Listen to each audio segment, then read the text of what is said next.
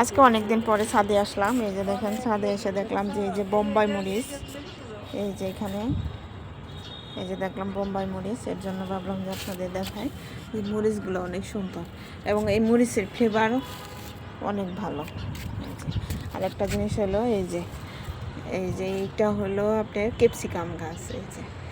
এই যে ক্যাপসিকামের গাছ, এটা দেখতে মরিচি গাছ। আর একটা ধরছে এই যে ছোট্ট।